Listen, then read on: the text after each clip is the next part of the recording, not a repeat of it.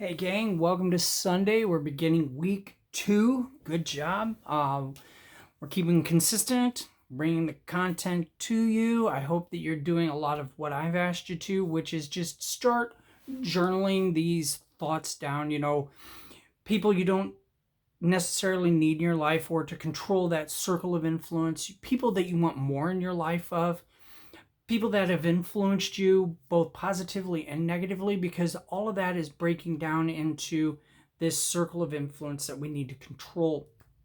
And that's going to be a big influence as we're moving forward, because a lot of times there is going to be things that we want to learn, experiences we want to have, or, in that realm. And a lot of times, what I'm discovering is we need somebody, or we need a connection to somebody who knows somebody who can get us to somebody who can help us have a different experience. So today is going to be about just gaining a little bit more on the clarity end as to who we see we are right now, and understand that the good, the bad, the ugly, and a lot of the indifferent is what's made us who we are right now. So let's take a moment and just say to myself, I'm going to accept what's already happened in my life.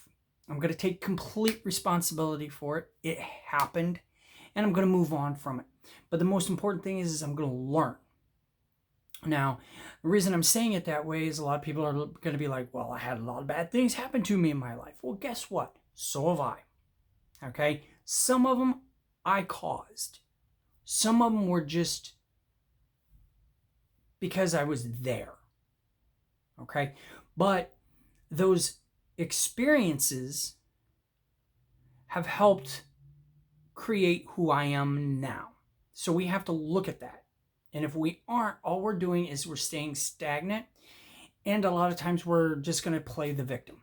Oh, it's because this happened. Now I can't do this and I can't do that.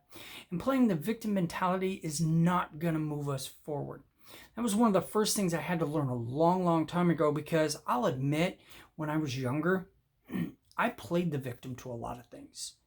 And looking back, I really shouldn't have. I should have just taken complete accountability for it and said, yep, it is what it is. But as long as I didn't attach an emotion to it, the universe left it sterile. And that was something I needed to learn, and didn't learn in, oh God, for a long, long time, is how to control situations to a point where I could keep them sterile and learn from them.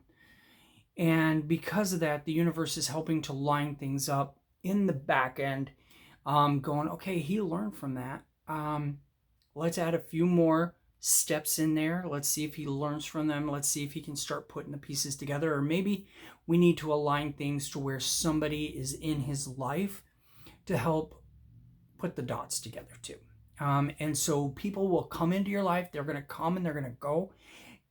And a lot of times they're just there to help you get to that next stage of the journey. Okay? And after a while, yeah, we outgrow some friends. That's normal. Some of my friends in college, let's face it, I'm not the guy I was in college. I've grown up. I'm not as irresponsible. I consider myself just as fun, but I control it a little more, so being more reserved. And I'm appreciative of those college experiences.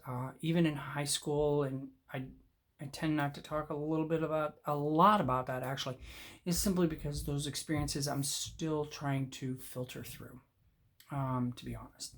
So here's what we're going to do. We're going to pick 3 words, just 3 simple words that you want to use to define yourself. Okay?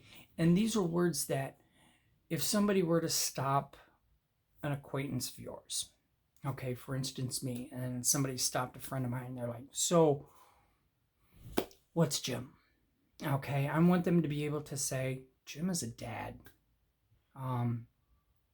The marriage situation wasn't the best, but when it came to him being a parent, he really, really made that a priority. I want them to say that I'm a risk taker, but I want to control the risk. And above all, I'm optimistic and looking to help other people grow. There you go. 3 simple things. Now, along with that, we want to look at this past year. And I want you to hashtag it or tag it, one word to define it. Last year, I would hashtag as educational. I had a lot of learning experiences about myself, about my character, about my true potential. So this whole year with 2020 is going to be about the potential, and seeing if I can get past where I'm at and move forward. And so true potential is going to be that, because now we got to look at where we want to be, and that's all going to be coming up in the next few videos. Is we're going to begin designing 2020 right now. Okay, we want to know the experiences that we want to have. 2, we need to set up a system and a structure to align us to be introduced to the people to have those experiences. And above all, are we doing the correct things to have those experiences? Okay, whether it be traveling someplace, speaking someplace, having this type of income. Are we talking to those type of people that have that higher income? I talk to a lot of people and they're like, oh yeah, I want to be a millionaire someday and all this. And I'm like, so who do you talk to? Oh, I talk to so-and-so. Well, does so-and-so know how to be a millionaire? Well, no, he works at a factory. Well, that's great. But if he doesn't know how to teach you how to be a millionaire and he's telling you all these things, maybe you should actually find a millionaire that you can talk to, learn from, and then give back in a certain way. A lot of times they're looking for somebody to give back in the form of philanthropy. I'll do some service time. I'll study at your knee a little bit.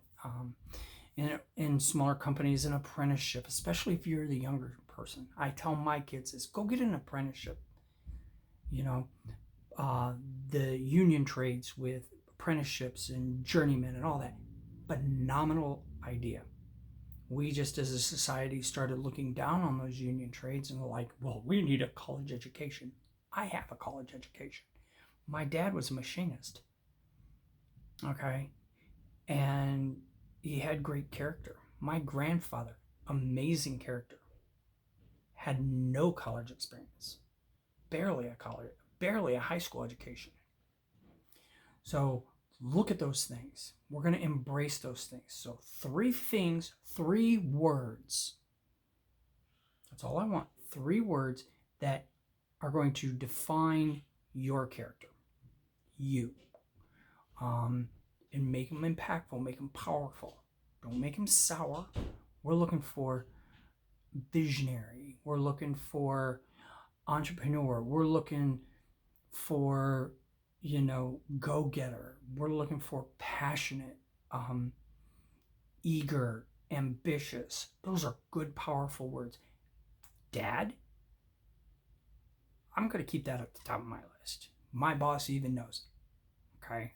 I work really hard for the company that I work with and for my boss, but he understands that bottom line, if I'm busy and my phone rings and it's my kids, sorry, business stops. They become the priority because that's how I've defined myself. And I want that for you too. We're going to spend the rest of this week defining our clarity, and then we're going to move into that strategy, getting us lined up. And we're going to start looking at our finances, our relationships, circle of influence, and all of that. So I want to wish you a good couple of days. I'll be back tomorrow night for Monday, just to launch the week, and then we're going right back into this. We're gonna push really hard, get through this week really strong, so that we can see some impact before the end of the year. Have a good week.